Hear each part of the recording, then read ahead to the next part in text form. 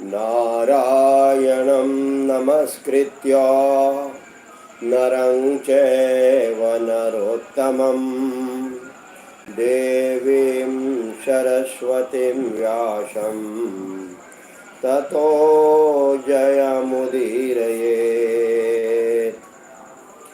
गीतासु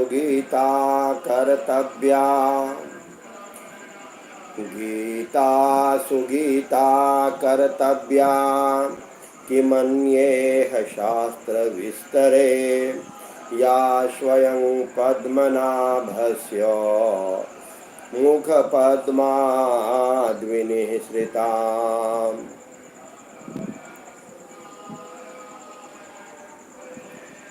गीता सुगीता करने योग्य है। गीता ही इस प्रकार के ग्रंथ हैं जिसे गाना चाहिए, पढ़ना चाहिए, मनन करना चाहिए। अर्थात श्री गीता जी को भली प्रकार पढ़कर अर्थ और भाव सहित अंतःकरण में धारण कर लेना मुख्य कर्तव्य है, जो कि स्वयं पद्मनाभ भगवान श्री विष्णु के मुखारविंद से निकली हुई है। और यदि हम श्रीमद् भगवत गीता का अध्ययन आत्मसात कर लेते हैं तो फिर अन्य ग्रंथों की क्या आवश्यकता है। ओम शांताकारं भुजगशयनं पद्मनाभं सुरेशं विश्वाधारं गगनसदृशं मेघवर्णं शुभांगं लक्ष्मीकान्तं कमलनयनं योगिभिर्ध्यानगम्यं वन्दे विष्णुं भवभयहरं सर्वलोकैकनाथम्। शांताकारं भुजगशयनं, शांताकारं जिनकी आकृति, जो आकृति से, आकार से अतिशय शांत हैं। पद्मनाभं भुजगशयनं, और जिनकी शैया क्या है, शेषनाग पर जो शयन किए हुए हैं। पद्मनाभं सुरेशं, जिनकी नाभि में कमल है और जो देवताओं की भी ईश्वर और संपूर्ण जगत के आधार हैं। विश्वाधारं गगन सदृशं मेघवर्णं शुभांगम, जो देवताओं के भी ईश्वर हैं, संपूर्ण जगत के आधार हैं, जो आकाश के सदृश सर्वत्र व्याप्त हैं और नील मेघों के समान जिनका वर्ण है। लक्ष्मीकान्तं कमलनयनं योगिभिर्ध्यानगम्यं वन्दे विष्णुं भवभयहरं सर्वलोकैकनाथम्। अतिशय सुंदर जिनके संपूर्ण अंग हैं, जो योगियों के द्वारा ध्यान करके प्राप्त किए जाते हैं, जो संपूर्ण लोकों के स्वामी हैं, जो जन्म मरण रूप भय का नाश करने वाले हैं, ऐसे लक्ष्मीपति कमल नेत्र भगवान विष्णु को मैं प्रणाम करता हूँ। या ब्रह्मा वरुणेन्द्र रुद्र मरुते स्तुवन्ति दिव्यैस्तवे वेदैः शाङ्गपदक्रमोपनिषदैर्गायन्ति यं सामगाः। ध्यानावस्थिततद्गतेन मनसा पश्यन्ति यं योगिनो ध्यायस्यान्तं न विदुः सुरासुरगणा देवाय तस्मै नमः। ब्रह्मा वरुण इंद्र रुद्र और मरुदगण दिव्य स्तोत्रों द्वारा जिनकी स्तुति करते हैं, सामवेद के गाने वाले अंग पद क्रम और उपनिषदों के सहित वेदों द्वारा जिनका गान करते हैं, योगी जन ध्यान में स्थित तद्गत हुए मन से जिनका दर्शन करते हैं। देवता और असुरगण कोई भी जिनके अंत को नहीं जानते, उस परम पुरुष नारायण देव को मेरा नमस्कार है। वसुदेव सुतं देवं कंस चाणूरमर्दनम देवके परमानंदम कृष्णं वंदे जगतगुरु। कंस और चाणूर का वध करने वाले, देवकी के आनंद वर्धन आनंद को बढ़ाने वाले वसुदेव नंदन जगत गुरु श्री कृष्ण की मैं वंदना करता हूँ। श्री कृष्ण की मैं आराधना करता हूँ। श्री कृष्ण की मैं पूजन करता हूँ। गीता शास्त्रमिदं पुण्यं। आज हम सभी गीता के तीसरे अध्याय का पठन करेंगे। तीसरा अध्याय अर्थात कर्म योग, जिसमें कि कर्म की विशेषता प्रभु श्री कृष्ण स्वयं बताते हैं। और लोकमान्य बाल गंगाधर तिलक की लिखी हुई एक पुस्तक है गीता रहस्य। यदि कहा जाए तो वो कर्म योग पर ही उन्होंने विश्लेष रूप से विशेष वर्णन इस पर किया है। गीता रहस्य यदि समय मिले तो कभी अवश्य पढ़ना चाहिए। गीता शास्त्रमिदं पुण्यं यः पठेत् प्रयतः पुमान् विष्णोः पदमवाप्नोति भयशोकादिवर्जितः। जो मनुष्य शुद्ध चित्त होकर प्रेम पूर्वक इस पवित्र गीता शास्त्र का पाठ करता है, वह भय और शोक आदि से रहित होकर विष्णु धाम को प्राप्त कर लेता है। गीताध्ययनशीलस्य प्राणायाम परस्य च गीताध्ययनशीलस्य प्राणायाम परस्य च नैव सन्ति हि पापानि विष्णु पूर्वजन्म कृतानि च मलनिर्मोचनं पुंसां जलस्नानं दिने दिने सकृद्गीताम्भसि स्नानं संसारमलनाशनम्। गीता सुगीता कर्तव्या गीता सुगीता कर्तव्या किमन्येह शास्त्र विस्तरे या स्वयं पद्मनाभस्य मुख पद्माद्विनिःसृतम्। सर्वोपनिषदो गावो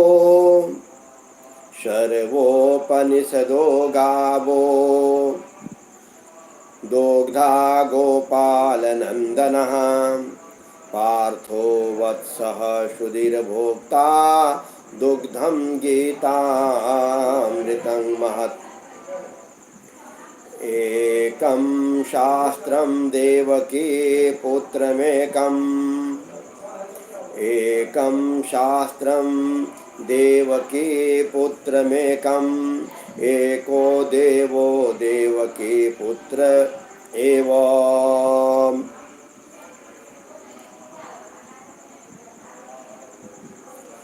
एकं शास्त्रं देवकी पुत्रगीतम् एको देवो देवकी पुत्रमेव। एको मन्त्रस्य नामानि यानि कर्माप्य एकं तस्य देवस्य सेवा। ओम नमो नारायणाय, ओम नमो नारायणाय, ओम नमो नारायणाय। वसुदेवसुतं देवं कंसचाणूरमर्दनं देवकी परमानंदम कृष्णं वंदे जगद्गुरो नारायणं नमस्कृत्य नरं चैव नरोत्तमं देवीं सरस्वतीं व्यासं ततो जयमुदीरयेत्। ओम नमो परमात्मने नमः। ओम नमो भगवते वासुदेवाय। ओम नमो भगवते वासुदेवाय। ओम नमो भगवते वासुदेवाय। ओम अथ तृतीयोऽध्यायः। अर्जुन उवाच ध्यायसि चेत् कर्मणस्ते मता बुद्धिर्जनार्दन तत् किं कर्मणि घोरे मां नियोजयसि केशव। अर्जुन बोलते हैं, हे जनार्दन, यदि आपको कर्म की अपेक्षा ज्ञान श्रेष्ठ मान्य है तो फिर हे केशव मुझे भयंकर कर्म में क्यों लगाते हैं। व्यामिश्रेणेव वाक्येन बुद्धिं मोहयसीव मे तदेकं वद निश्चित्य येन श्रेयोऽहमाप्नुयाम्। आप मिले हुए ये वचनों से मेरी बुद्धि को मानो मोहित कर रहे हैं, इसलिए उस एक बात को निश्चित करके कहिए जिससे मैं कल्याण को प्राप्त हो जाऊं। हरि ओम तत्सत। हरि ओम तत्सत। हरि ओम तत्सत। हरि ओम तत्सत। महामंत्र है ये जपा कर हरि ओम तत्सत। हरि ओम तत्सत।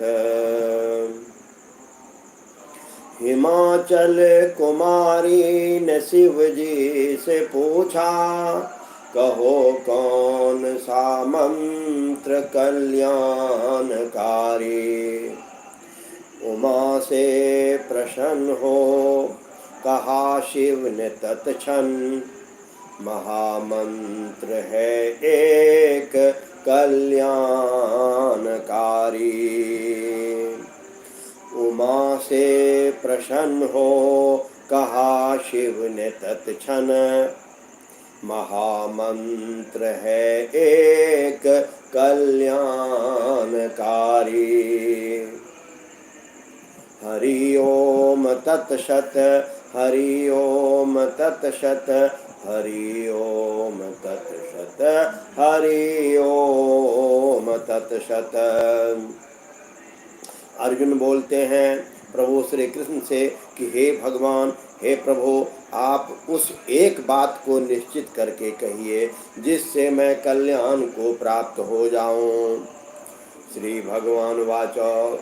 प्रभु श्री कृष्ण बोलते हैं, लोकेस्मिन् द्विविधा निष्ठा पुरा प्रोक्ता मया नघ ज्ञान योगेन सांख्यानां कर्म योगेन योगिनाम। श्री भगवान बोले, हे निष्पाप, इस लोक में दो प्रकार की निष्ठा मेरे द्वारा पहले कही गई है। साधन की परिपक्व अवस्था अर्थात पराकाष्ठा निष्ठा कि जब आप किसी काम को दिल से करते हैं, मन से करते हैं, एकाग्रता से करते हैं तो वह निष्ठा है। तो साधन की परिपक्व अवस्था को पराकाष्ठा का ही नाम निष्ठा है। लोकेस्मिन् द्विविधा निष्ठा पुरा प्रोक्ता मया नघ ज्ञान योगेन सांख्यानां कर्म योगेन योगिनाम। श्री भगवान बोले, हे निष्पाप, इस लोक में दो प्रकार की निष्ठा मेरे द्वारा पहले कही गई है। उनमें से सांख्य योगियों की निष्ठा तो ज्ञान योग से और योगियों की निष्ठा कर्म योग से होती है। माया से उत्पन्न हुए संपूर्ण गुण ही गुणों में बरसते हैं, ऐसा समझकर तथा मन, इंद्रिय और शरीर द्वारा होने वाले संपूर्ण क्रियाओं के कर्तापन के अभिमान से रहित होकर सर्वव्यापी सच्चिदानंद घन परमात्मा में एक ही भाव से स्थित रहने का नाम ज्ञान योग है। इसी को संन्यास, सांख्य योग आदि नामों से कहा गया है। फल और आसक्ति को त्याग कर भगवद आज्ञानुसार केवल भगवदर्थ समत्व बुद्धि से कर्म करने वाले का नाम निष्काम कर्म योग है। इसी को समत्व योग, बुद्धि योग, कर्म योग, तदर्थ कर्म, मदर्थ कर्म, मत कर्म आदि विभिन्न नामों से कहा गया है। नो कर्मणा मनारंभा नैष्कर्म्यं पुरुषो श्नुते नो च संन्यसनादेव सिद्धिं समधिगच्छति। नो कर्मणा मनारंभा नैष्कर्म्य पुरुषो श्नुते नो च संन्यसनादेव सिद्धिं समधिगच्छति।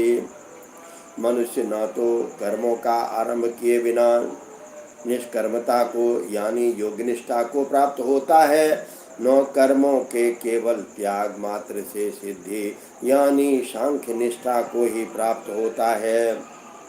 जिस अवस्था को प्राप्त हुए पुरुष के कर्म अकर्म हो जाते हैं अर्थात फल उत्पन्न नहीं कर सकते, उस अवस्था का नाम निष्कर्मता है।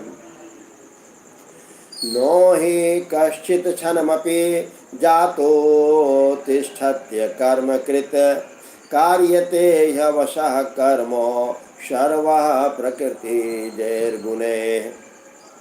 निसंदेह कोई भी मनुष्य किसी भी काल में क्षण मात्र भी बिना कर्म किए नहीं रहता, क्योंकि सारा मनुष्य समुदाय प्रकृति जनित गुणों द्वारा परवश हुआ कर्म करने के लिए बाध्य किया जाता है। कर्मेन्द्रियाणि संयम्य या आस्ते मनसा स्मरन् इंद्रियार्थान् विमूढ़ात्मा मिथ्याचारः सौच्यते। जो मूढ़ बुद्धि मनुष्य समस्त इंद्रिय को हठ पूर्वक ऊपर से रोककर मन से उन इंद्रियों के विषयों का चिंतन करता है, वह मिथ्याचारी अर्थात दंभी कहा जाता है। यशेत्वन्द्रियाणि मनसा नियम्यारभतेऽर्जुन कर्मेन्द्रिये कर्मयोगम असक्तः स विशिष्यते।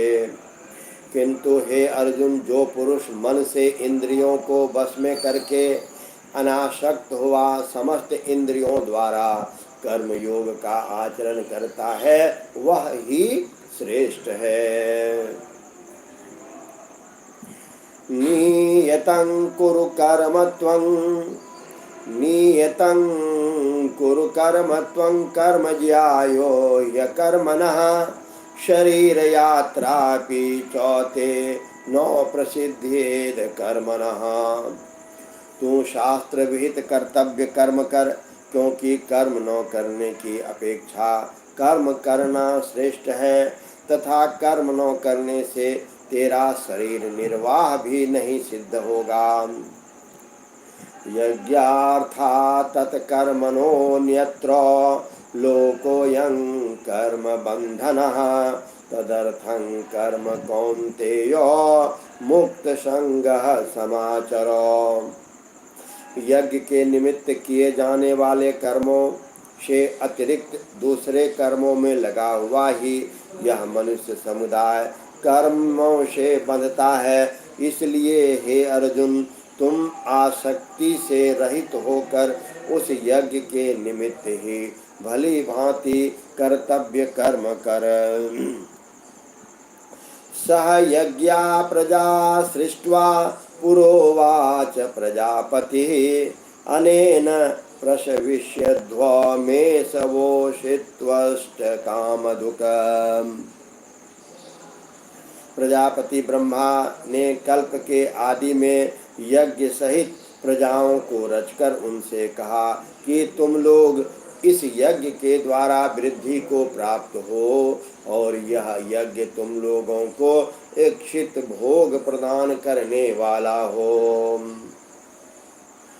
देवान् भावयतानेनो ते देवा भावयन्तु वः परस्परं भावयन्तः श्रेयः परमवाप्यस्यथ।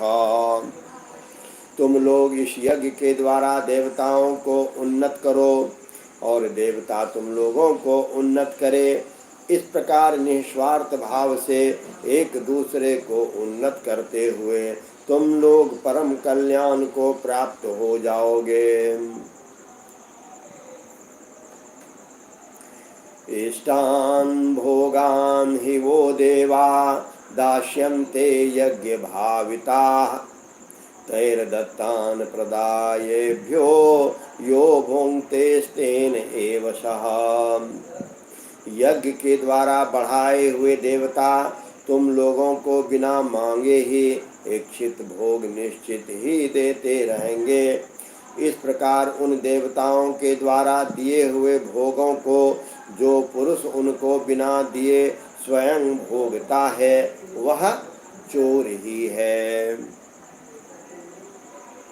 यज्ञ शिष्टासिनः संतो मुच्यन्ते सर्वकिल्बिषैः भुञ्जते ते त्वग्गं पापा ये पचन्त्यात्मकारणात्। यज्ञ से बचे हुए अन्न को खाने वाले श्रेष्ठ पुरुष सब पापों से मुक्त हो जाते हैं।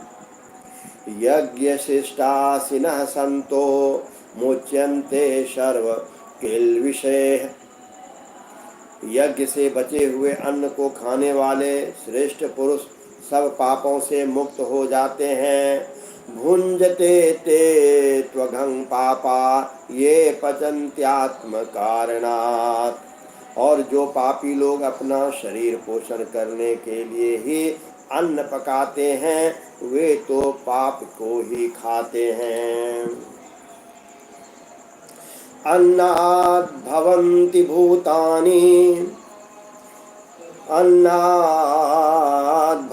भूतानि पर्जन्यादन्न संभवः यज्ञाद् भवति पर्जन्यो यज्ञः कर्म समुद्भवः।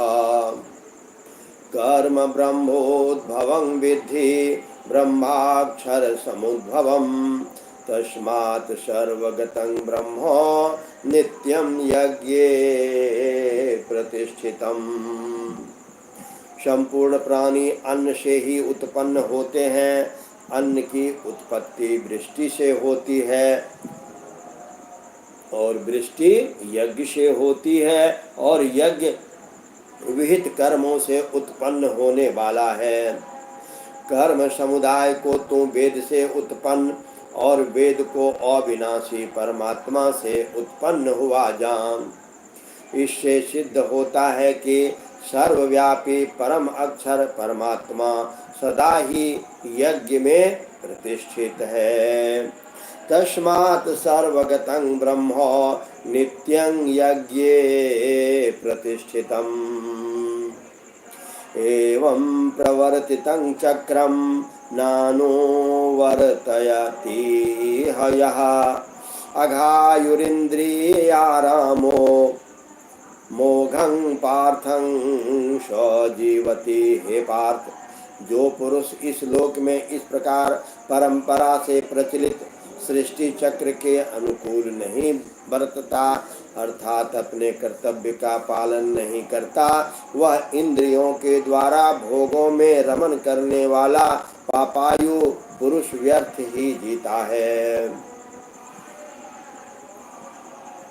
यसत्वात्मरति देव यसत्वात्मरतिरेव स्यादात्मतृप्तश्च मानवः आत्मन्येव च सन्तुष्टः तस्य कार्यं न विद्यते।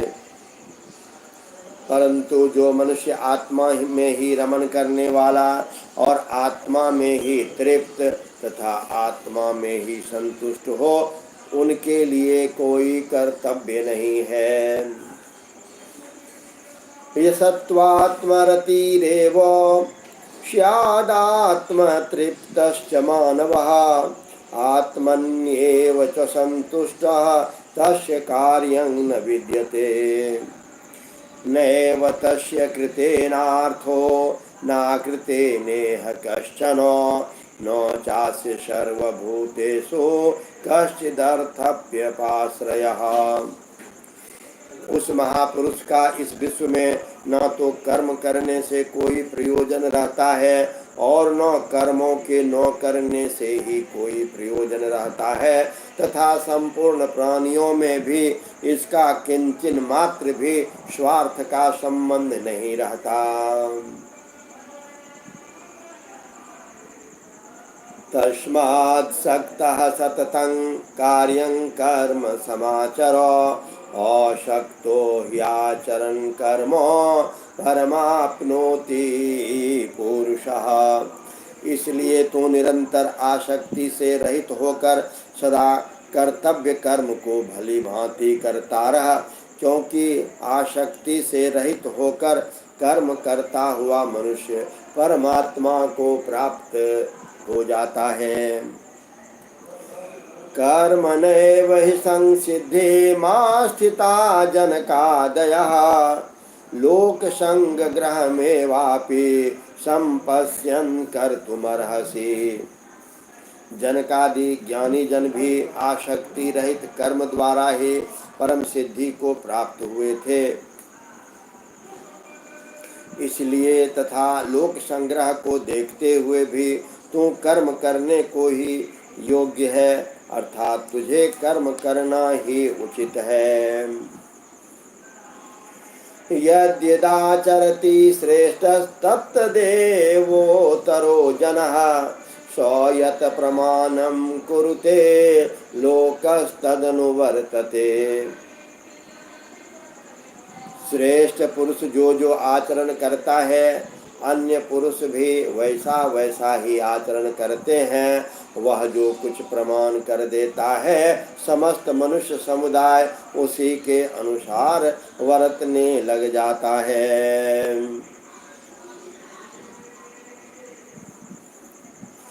न मे पार्थास्ति कर्तव्यं त्रिषु लोकेषु किंचन नानावाप्तमवाप्तव्यं वर्त एव च कर्मणि। न मे पार्थास्ति कर्तव्यं न मे पार्थास्ति कर्तव्यं त्रिषु लोकेषु किंचन नानावाप्तमवाप्तव्यं वर्त एव च कर्मणि। हे अर्जुन, मुझे इन तीनों लोकों में न तो कुछ कर्तव्य है और न ही कोई प्राप्त करने योग्य वस्तु अप्राप्य है, तो भी मैं कर्म में ही वर्तता हूँ। यदि ह्ययं न वर्तेयं जातो कर्मण्यतन्द्रितः मम वर्तमानुवर्तन्ते मनुष्याः पार्थ सर्वशः। क्योंकि हे पार्थ, यदि कदाचित मैं सावधान होकर कर्मों में न बरतूं तो बड़ी हानि हो जाए, क्योंकि मनुष्य सब प्रकार से मेरे ही मार्ग का अनुसरण करते हैं। उत्सीदेयुरिमे लोका न कुर्यां कर्म चेदहं शंकरस्य च कर्ता स्यामोपहन्यामि मा प्रजा। इसलिए यदि मैं कर्म न करूं तो ये सब मनुष्य नष्ट भ्रष्ट हो जाए और मैं संकर्ता का करने वाला हूँ तथा इस समस्त प्रजा को नष्ट करने वाला बनूं। शक्ताः कर्मण्य विद्वांसो यथा कुर्वन्ति भारत कुर्याद्विन्वं तथा शक्तो चिकीर्षुर्लोक संग्रहम्। हे भारत, कर्म में आसक्त हुए अज्ञानी जन जिस प्रकार कर्म करते हैं, आसक्ति रहित विद्वान भी लोक संग्रह करना चाहता हुआ भी उसी प्रकार कर्म करे। नो बुद्धि भेदं जनयेद ज्ञानां कर्म संगिनां जोषयेत सर्वकर्माणि विद्वान युक्तः समाचरन्। परमात्मा के स्वरूप में अटल स्थित हुए ज्ञानी पुरुष को चाहिए कि वह शास्त्र विहित कर्मों में आसक्ति वाले अज्ञानियों की बुद्धि में भ्रम अर्थात कर्मों में अश्रद्धा उत्पन्न न करे, किंतु स्वयं शास्त्र विहित समस्त कर्म भली भांति करता हुआ उनसे भी वैसे ही करवाए। प्रकृतेः क्रियमाणानि गुणैः कर्माणि सर्वशः अहंकार विमूढ़ात्मा कर्ताहमिति मन्यते। वास्तव में संपूर्ण कर्म सब प्रकार से प्रकृति के गुणों द्वारा किए जाते हैं, तो इसका अंतःकरण अहंकार से मोहित हो रहा है। ऐसा अज्ञानी मैं करता हूँ ऐसा मानता है।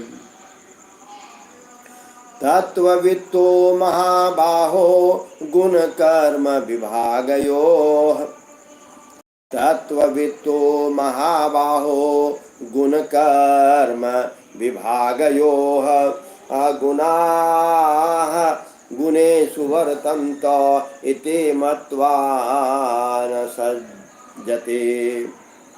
परंतु हे महाबाहो, गुण विभाग और कर्म विभाग के तत्व को जानने वाले ज्ञान योगी संपूर्ण गुण में ही गुणों में बरत रहे हैं ऐसा समझकर उनमें आसक्त नहीं होता।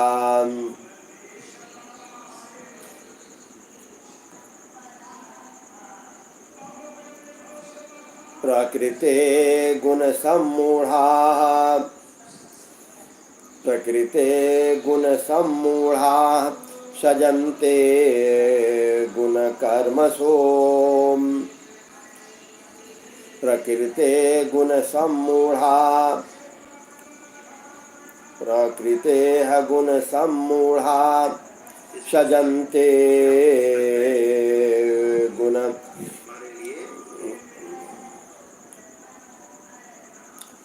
प्रकृते गुण सम्मूढ़ाः सज्जन्ते गुण कर्मसु तान् कृत्स्नविदो मंदान् कृतस्न विन्न विचालयेत्। प्रकृति के गुणों से अत्यंत मोहित हुए मनुष्य गुणों में और कर्मों में आसक्त रहते हैं। उन पूर्णतया न समझने वाले मंद बुद्धि अज्ञानियों को पूर्णतया जानने वाला ज्ञानी विचलित न करे। ओम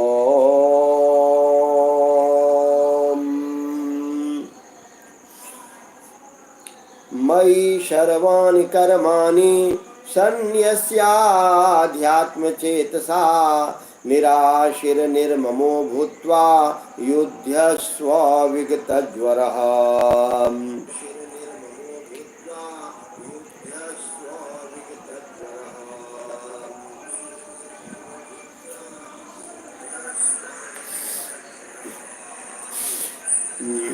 मयि सर्वाणि कर्माणि सन्न्यस्याध्यात्मचेतसा निराशिर्निर्ममो भूत्वा युध्यस्व विगतज्वरः।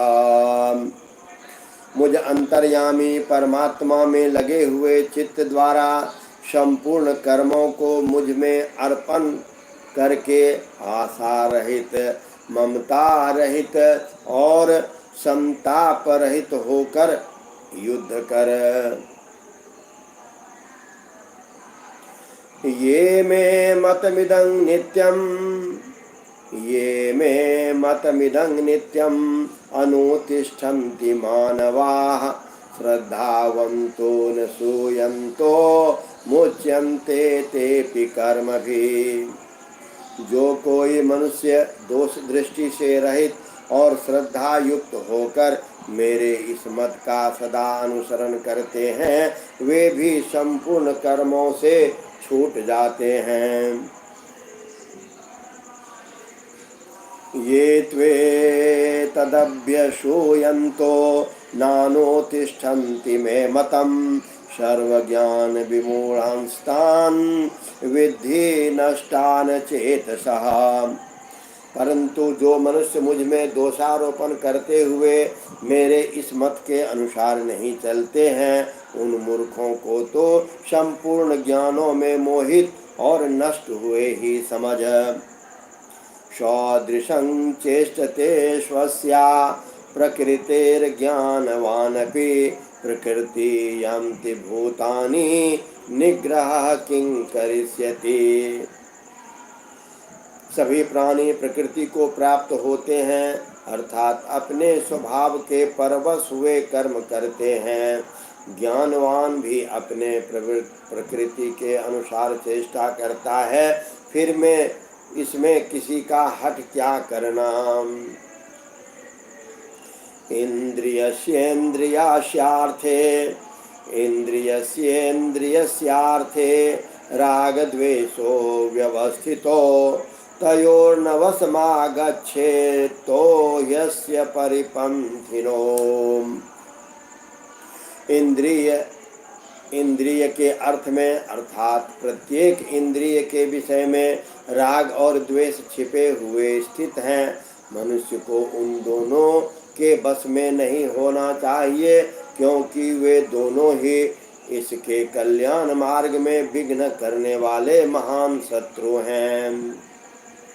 श्रेयान् स्वधर्मो विगुणः, श्रेयान् स्वधर्मो विगुणः परधर्मात् स्वनुतिष्ठ, परधर्मात् स्वनुतिष्ठितात्।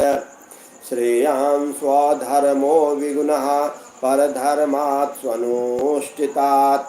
स्वधर्मे निधनं श्रेयः परधर्मो भयात्।